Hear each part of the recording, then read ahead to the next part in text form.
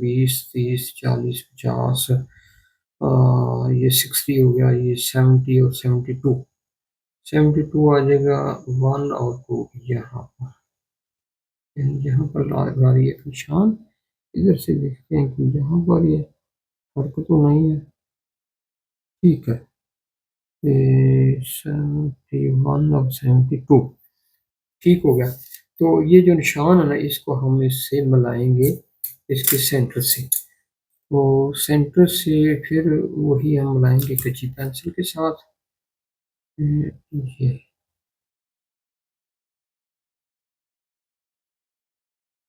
और ये लाइन यहाँ तक लगानी, ये नुक्ते भी सीधे पर रखने हैं। तो और ये सेंटर, सेंटर से मिला दिया हमने। तो ये दो पॉइंट आ गए हमारे पास, एक ये आ गया, दूसरा ये आ गया। और ये एंगल कितना है, 72 का। कितना एंगल है, 72 का।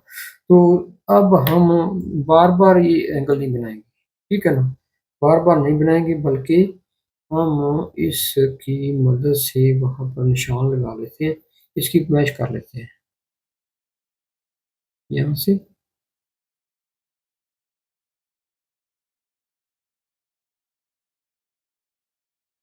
ये हो गया।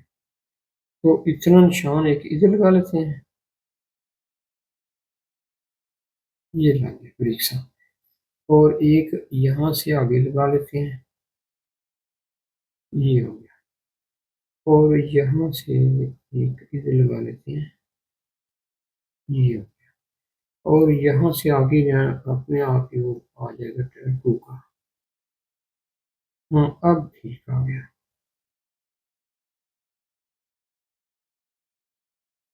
ये अच्छा,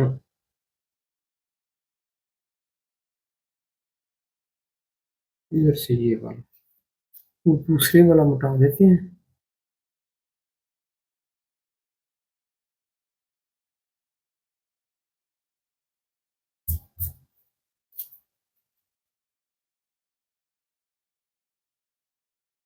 ये आ गया, इधर से ये हो गया, और इधर से ये वाला हो गया। तो अब क्या करेंगे कि डिज़ाइन बनाने के लिए ना पैमाना लेकर सितारा बनाना है हमें। तो एक छोड़कर दूसरे से मिला देंगे, इस लाइन को एक छोड़कर दूसरे से मिला देंगे। तो इसको मिलाते हैं, हम यही निकाल लेते हैं। ये जरा मोटी भी हो जाएगी तो कोई बात नहीं,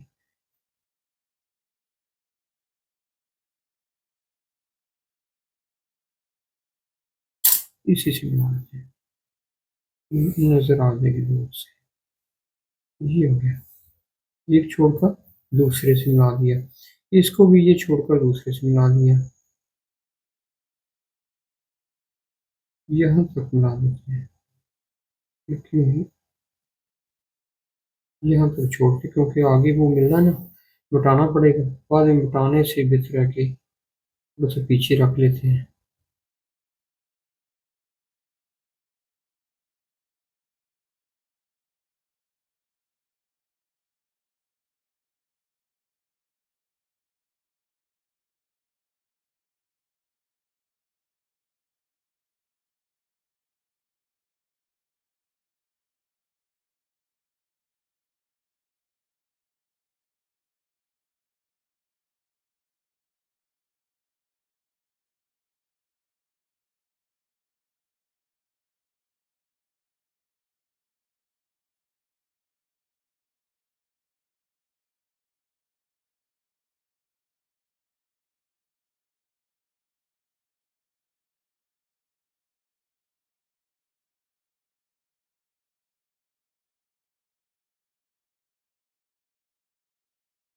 तो हम चूज करते हैं, इसमें रंग भरे जाएंगे, एक दो तीन। तो तीन रंगों का इंतखाब कर लेते हैं। तो पहले ऐसे करते हैं कि साइड पर हम भर लेते हैं नीला रंग।